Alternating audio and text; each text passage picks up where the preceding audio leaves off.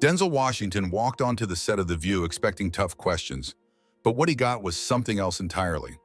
The hosts hadn't come for a conversation. They came prepared for confrontation. What they didn't expect, the audience siding with him. In just minutes, the atmosphere flipped, and by the end, one voice stood grounded in truth, while the others were left stunned and searching for balance. Stay with us to witness the moment live television turned into something no one could have scripted. They didn't think he'd show up. When the studio doors opened and Denzel Washington stepped onto the set, you could feel it. A shift, like the charged stillness before a thunderstorm. The kind of presence that doesn't demand attention, but commands it anyway. The co-hosts straightened their notes. Whoopi Goldberg, her face unreadable, leaned forward.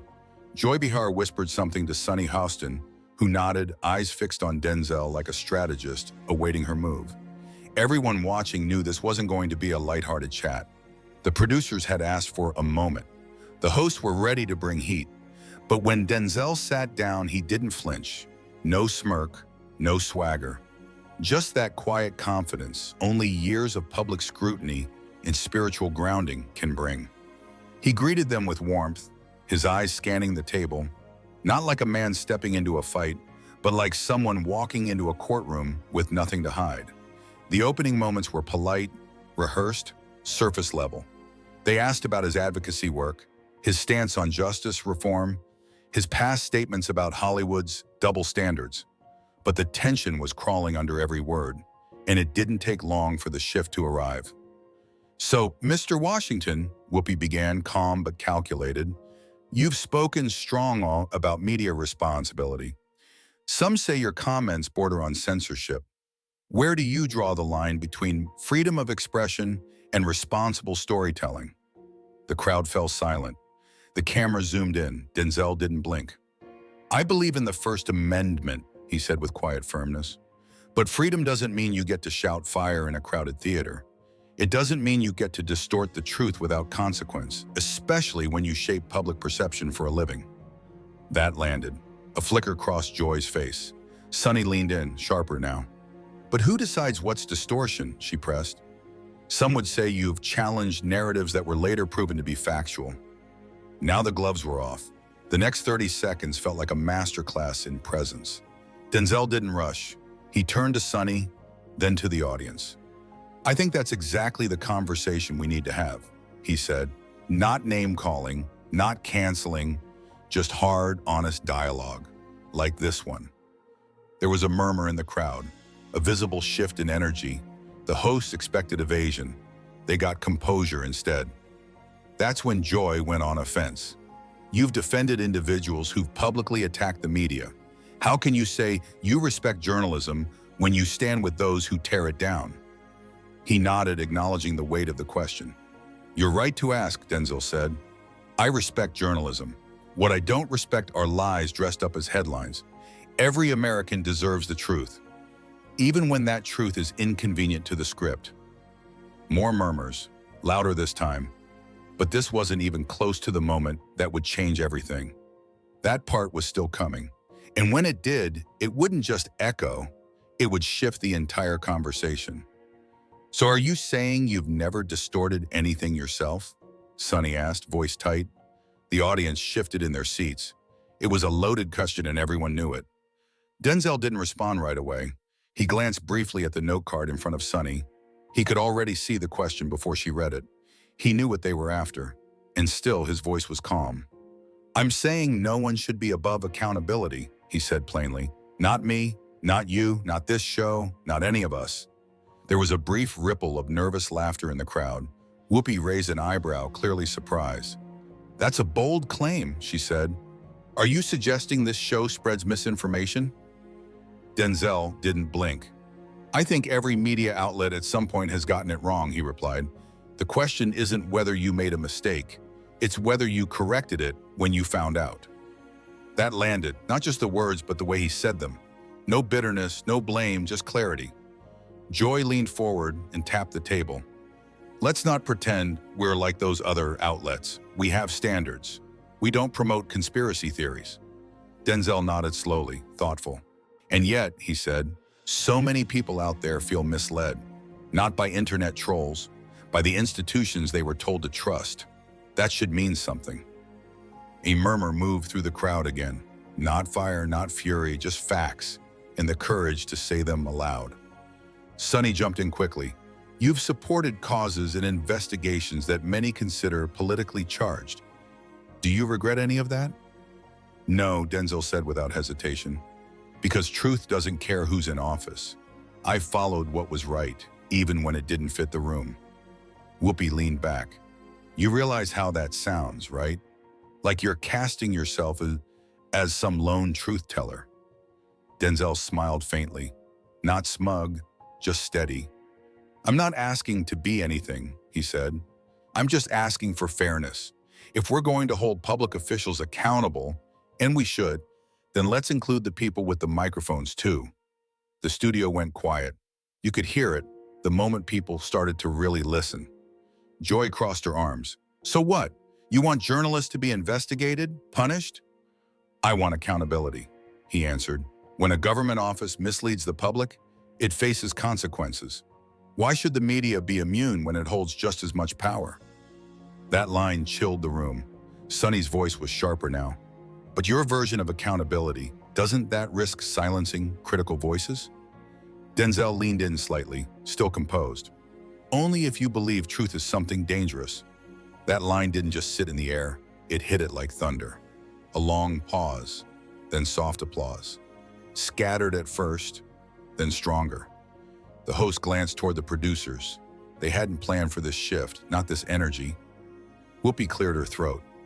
Let's move on to the FBI, she said almost abruptly. Do you believe the agency is politicized? Denzel didn't hesitate. Parts of it? Absolutely. And that should concern everyone, not just conservatives, not just liberals. The agency should serve the Constitution, not a narrative. That was the turning point. Not because he said something outrageous, but because people started nodding in the audience, at home, even quietly on stage. Until now, Denzel had been defending himself, calm, thoughtful. But now he was going on offense. When a narrative fits your politics, it gets aired, Denzel said, his voice steady. When it doesn't, it gets dismissed, or worse, it gets mocked. You could almost feel the discomfort ripple behind the cameras. Whoopi folded her arms. That's not fair.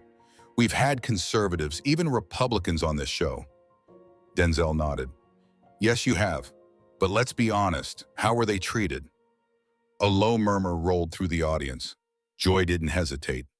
You walk in here acting like you're some kind of victim, but you've defended people who've attacked journalists daily. How do you explain that? Denzel kept his gaze level. I'm not a victim, he said, voice low but resolute. I'm just not afraid to say what millions are thinking. Trust in the media is broken. And it didn't break on its own. The tension was sharp now, like the air just before lightning strikes. Whoopi tried to steer the conversation away. Let's go back to the FBI, she said. Earlier, you said parts of it were politicized. Are you claiming there's corruption at the top? Denzel didn't hesitate. Yes, and I'm not the only one saying it. Internal whistleblowers, leaked memos, bipartisan oversight committees. It's all public record. Sonny pressed in. But aren't you politicizing it just by being here? You're on a political talk show making bold claims without concrete proof. Denzel calmly reached into his inner jacket pocket and pulled out a folded sheet of paper. I brought evidence, he said, unfolding the paper. But you haven't asked for it. You've asked about my intentions, my loyalties, my path, not the facts. The paper caught the light. The studio went still.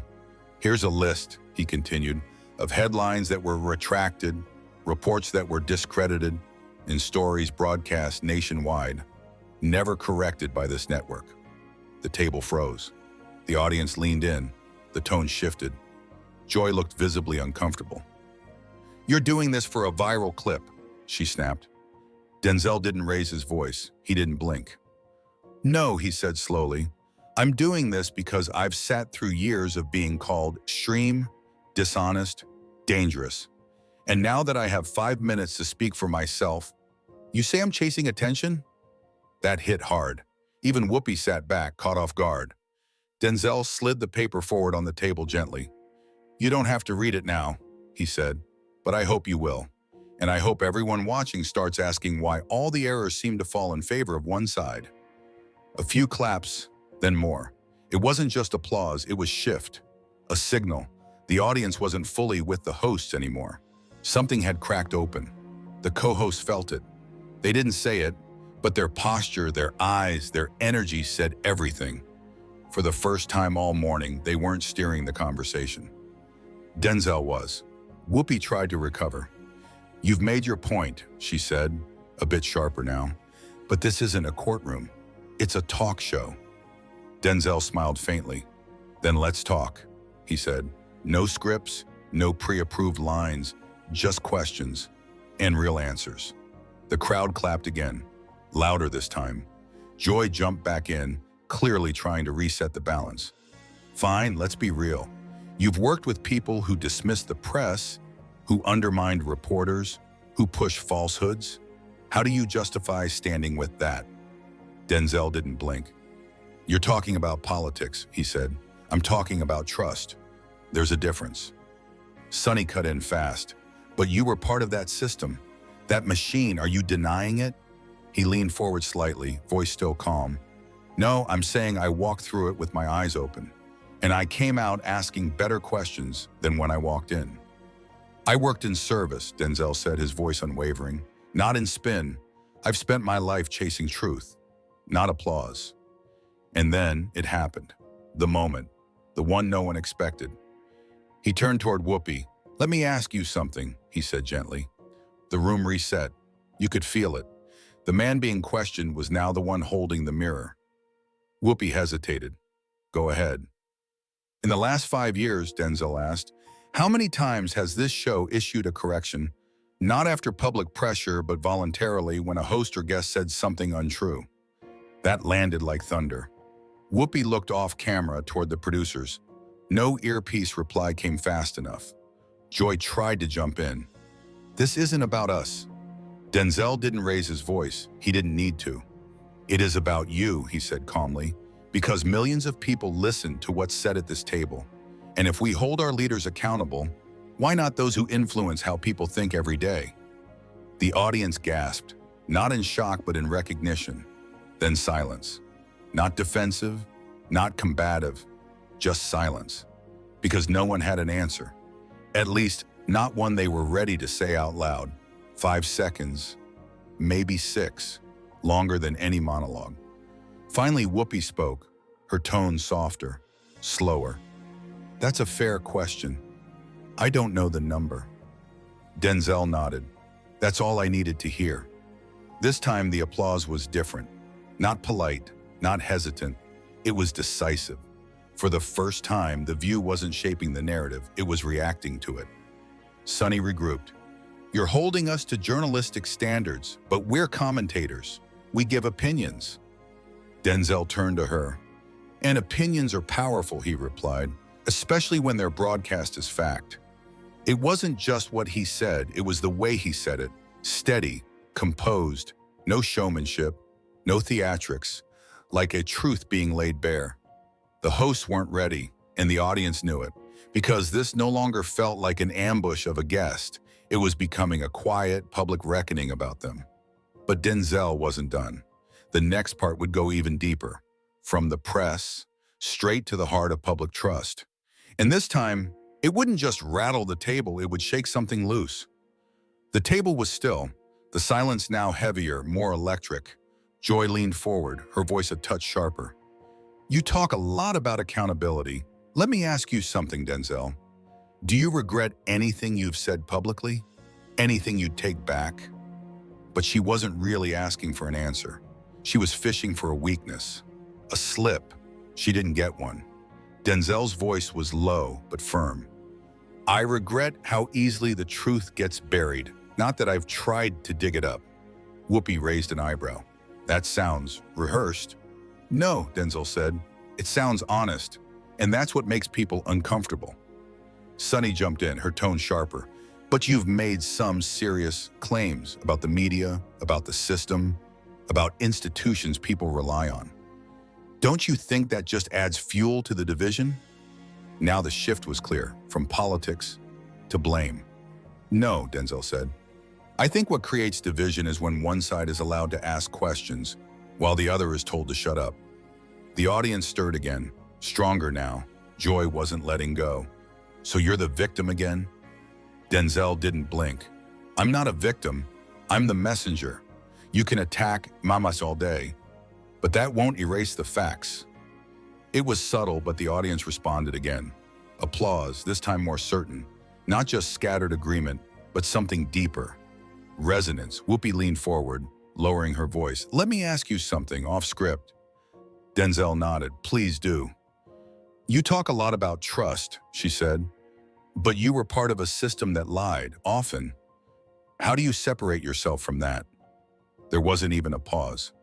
Because I didn't serve a man, Denzel said, or a party. I served the Constitution. I followed the evidence wherever it led, even when it made people uncomfortable, even when it led places no one wanted to go. Whoopi waited, hoping for hesitation, hoping for a rehearsed stumble, but it didn't come.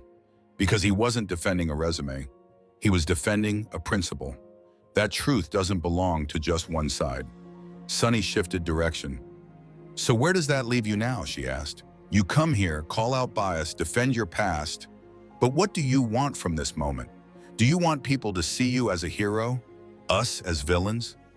Denzel shook his head. No, he said softly. I want people to walk away thinking. That's it. Think about what they hear. Think about who decides what's true. Question it, even question me.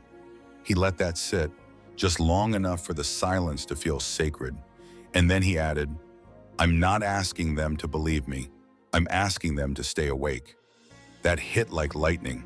This time the applause wasn't casual. People stood. Not everyone, but enough to shift the entire energy of the room. The host looked around. This wasn't how it was supposed to go. And that's when Whoopi said it, out loud. You're good, I'll give you that. Denzel smiled. I'm not here to be good, he replied. I'm here to be honest. That was the quote, the one that would light up social media, clipped, shared, debated, replayed.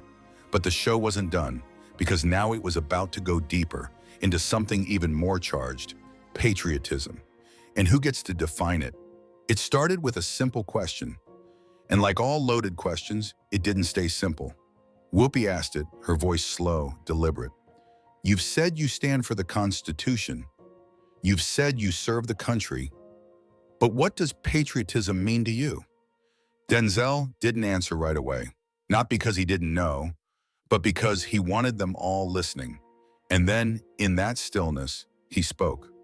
To me, he said, patriotism means standing up for your country, especially when it's hard, when it's unpopular, when your own side doesn't want to hear it. Joy cut in quickly. But whose country are you standing up for? Because to a lot of people, what you stand for doesn't feel like the America they believe in. Denzel looked at her, steady. I'm standing up for all of it, he said. Not just red states, not just blue states, not just the people who clap when I speak. For the whole thing, the messy, beautiful, flawed experiment we're all part of. It sounded idealistic, but somehow from him, it didn't sound naive. It sounded earned. Sunny still wasn't sold. But don't you think some of the language you support has made people feel excluded, hurt? Denzel's voice remained even. I think pretending everything's fine hurts people a lot more.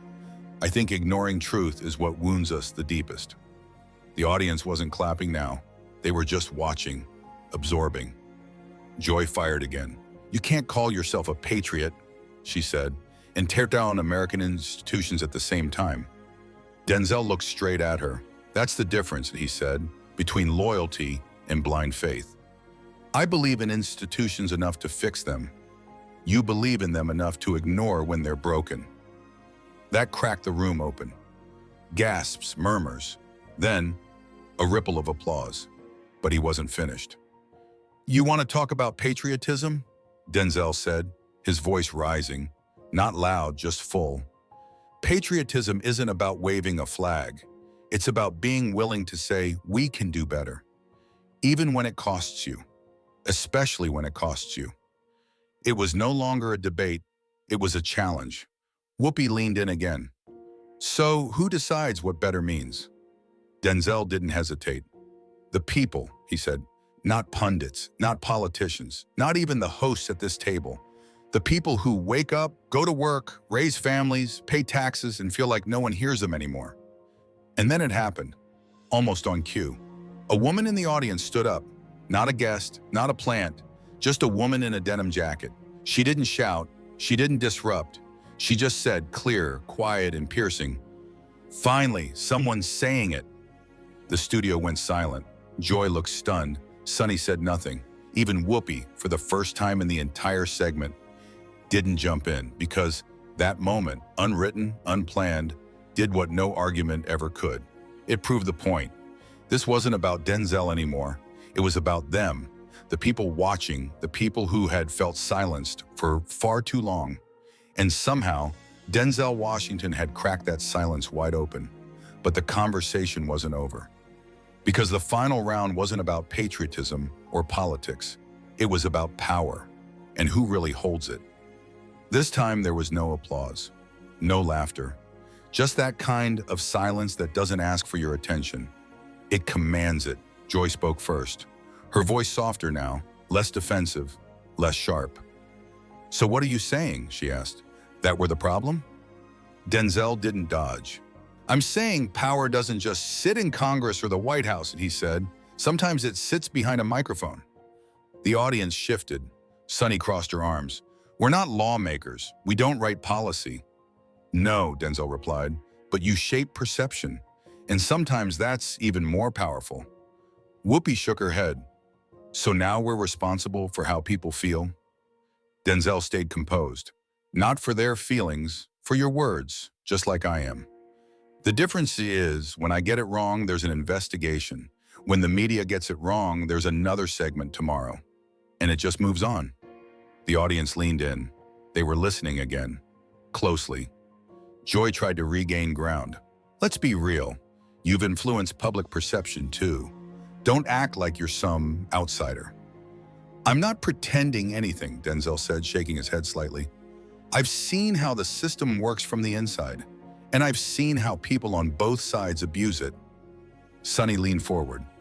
"So why come here? Why do this? You knew how this would go." Denzel nodded. "I came because people deserve to hear something that wasn't filtered through a PR team." He motioned around the room. "Because this table, this studio, is where a lot of folks decide what to think. About issues, about leaders, about what's real." And then he flipped it again. "But now let me ask you something." The room froze. Even the camera crew held steady. Whoopi nodded slowly. "Go ahead. You've asked me about my loyalties, my past, my mistakes. Now I'll ask you, what's your responsibility to the public?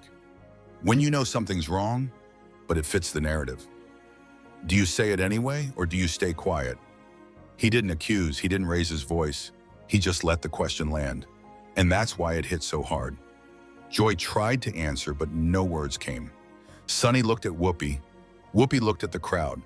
And for one silent, sharp moment, it was clear. They didn't have an answer.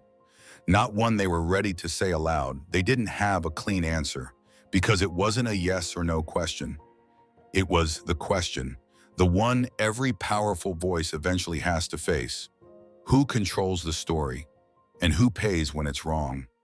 Denzel didn't press. He let the silence breathe. And then he said softly, "I'm not saying you're bad people.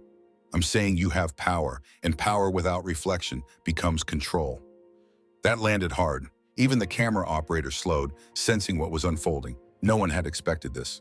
Not from this guest, not on this show. But it was happening, live, real, unspun. And even if they didn't say it out loud, the audience felt it. This wasn't their story anymore. It was his. But one topic remained. The one no one wanted to touch, but everyone knew was coming. The politics behind the media, the part they usually danced around. Not because they couldn't talk about it, but because saying it out loud meant walking into a minefield. Still, it was now unavoidable. Joy tried to ease in. "Okay, since we're talking about power and perception, let's talk about political narratives." You've claimed media bias before. Do you think this show has a political agenda? Denzel didn't hesitate. Yes. One word, but it hit like a hammer. Joy blinked. Just like that? He nodded. Yes, just like that. Sonny jumped in. So just because we have progressive values, you think we're biased? Denzel shook his head. I think bias is when facts get filtered through ideology. And I think that happens here, a lot. Whoopi leaned in. We call out what we see, and what we've seen these past years is dangerous rhetoric, conspiracy theories, attacks on democracy. We're not going to pretend both sides are the same when they're not. I'm not asking you to pretend, Denzel said. I'm asking you to apply the same standard. If you hold one side accountable for disinformation, you've got to be willing to call it out when your own side does it too. And there it was, the line they didn't want spoken. Spoken clearly, in front of a national audience. Joy snapped it back. Then give us an example. He was ready. The Hunter Biden laptop story, Denzel said. It was dismissed as Russian disinformation. Headlines labeled it a hoax. Social media platforms banned it. And this show, like many others, never corrected the record after the truth came out. That cracked something. The audience stirred, not with applause, but with tension, because they remembered. Sonny pushed back. That story was unverified at the time. It was inconvenient at the time, Denzel replied, and that's the problem. Facts shouldn't depend on timing. Whoopi narrowed her eyes. So you're saying we suppressed it? I'm saying, he answered calmly, the media punished anyone who questioned the approved version of events. And when the truth changed, no one took responsibility. Joy raised her voice a little. So what? You want us to apologize on air right now? Denzel shook his head. No, I want transparency.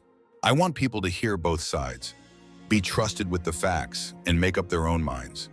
He paused just long enough, and then added, that's not left or right, that's freedom. This time the crowd erupted, not polite applause, not rehearsed clapping, a real reaction. Whoopi sat back, arms crossed, not angry, just recalculating, because she knew they'd lost the room. Denzel spoke again, quieter now. When the media acts like a filter instead of a mirror, it stops being journalism. It becomes influence. Another ripple. You could feel it. This wasn't about politics anymore. It was about trust. And everyone watching at home, they were asking themselves a question no host could control. Have I only been hearing what someone wanted me to believe? The air was tight. The show was still live, but the conversation, it had crossed a line. Not into scandal, but into truth. And truth, unscripted, has no neat ending, only reckoning. And a little later, Denzel Washington would say something that didn't just shift the room. It would follow the host off stage. It would follow them home. It was Whoopi who finally broke the silence, but this time her voice had changed. It wasn't defiant anymore. It was measured. You've made your point, she said. You've said the media is broken, that this show is biased, that people should question what they hear. So, what now? What's your solution? Denzel looked across the table, calm, steady, but deliberate.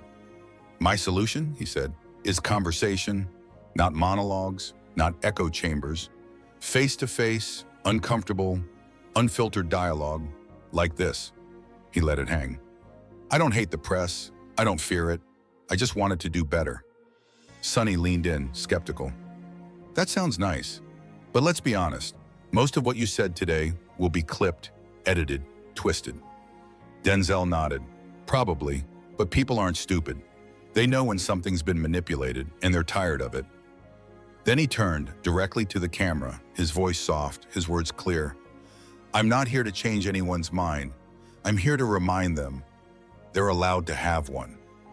That was it. That was the line, the one that would flood timelines, the one producers would replay, even if they didn't want to. I'm here to remind them they're allowed to have one. And for a moment, no one said a word. Joy looked down at her notes, then pushed them aside. Sonny leaned back. Whoopi glanced off stage. They felt it, the shift, the loss of control, but Denzel kept going. You asked if I regret anything, he said. I don't regret defending what I believe in, even when it cost me." He paused. "I regret how many people now feel they can't speak freely, that if they ask the wrong question, they'll be labeled, canceled, erased. That's not democracy. That's control dressed up as conversation." The audience erupted, not polite applause, conviction, recognition, relief. It was no longer just a studio audience. It was a room full of people watching a mask fall off in real time. Joy made one last attempt. "But don't you think platforms like this try to give people space to speak?" Denzel looked at her gently. "I think they give space to people who already agree with them. Real disagreement makes them uncomfortable, until today." That landed, not with a thud, but with a quiet truth no one could deny. Whoopi sighed. "So what now? Do we just agree to disagree?" Denzel gave a faint smile. "We're supposed to listen, even when it's hard. Especially when it's hard." The segment was nearly over. The music was cued, but the tension hadn't left, because the damage or the revelation, depending on who you were, had already been done. And as the cameras began to pull wide for the final shot, no one at the table quite knew what to say, except him. Denzel turned to the hosts. "Thanks for having me." He meant it, and they knew it, because he hadn't come to destroy, he'd come to disrupt. And he did. But one last moment was still ahead, off script, off camera, unfiltered, the kind of moment that sends producers scrambling. The show ended on time. The music rolled, the logo faded, the applause sign blinked, the audience clapped. But it wasn't the same kind of clapping. It wasn't polite, it wasn't forced. It was thoughtful, lingering, the kind that follows after someone says what no one else dares to say. The host stood first, quiet, avoiding each other's eyes. Denzel Washington stayed seated a moment longer, not to delay, but because he'd done what he came to do. When he finally stood, he didn't look at the hosts. He looked at the audience and nodded. A simple gesture, but one that resonated. And then it happened. A crew member off to the side, not mic'd, not framed, walked up and whispered to a producer. The producer's head turned quickly, eyes scanning the room, not toward the hosts, toward the crowd. Because something rare was happening. Audience members were walking toward the stage, unprompted, not to protest, not to demand anything, but to shake his hand, to speak, to thank him, one by one. Joy saw it first. She froze. 3, then 5, then a dozen, waiting quietly, people who had been told to distrust him. Whoopi glanced over her shoulder. Sunny said nothing, but her eyes followed them too. A woman in the front row reached for Denzel's arm. "I don't agree with everything," she said softly, "but thank you for saying what no one else will." He nodded. No cameras, no sound bites, just recognition. Backstage, a production assistant asked if they should cut the behind-the-scenes feed. The answer, no, keep it rolling. Because this wasn't about a guest anymore. It was about a shift, a crack, something real. One assistant producer finally approached him. "You got people talking," she said. "That's rare here." Denzel smiled. "That's the point." Moments later, the host reappeared off stage. Whoopi walked past without a word. Sunny offered a polite nod. Joy looked, not angry, just quiet. No one said it out loud, but everyone felt it. This wasn't just a guest spot. This was going to echo, not because of points scored, but because something long buried had finally been said in front of the people who needed to hear it most. By the time Denzel Washington left the building, hashtags were trending, clips were circulating. But the most powerful moment, it didn't even air. It didn't need to, because the truth had already done its job. It challenged, it unsettled, and it stayed. So the next time the lights rise on that stage and the audience claps on cue for a new guest, they'll remember. The one time it didn't go according to script. And maybe, just maybe, that's exactly what they're hoping for.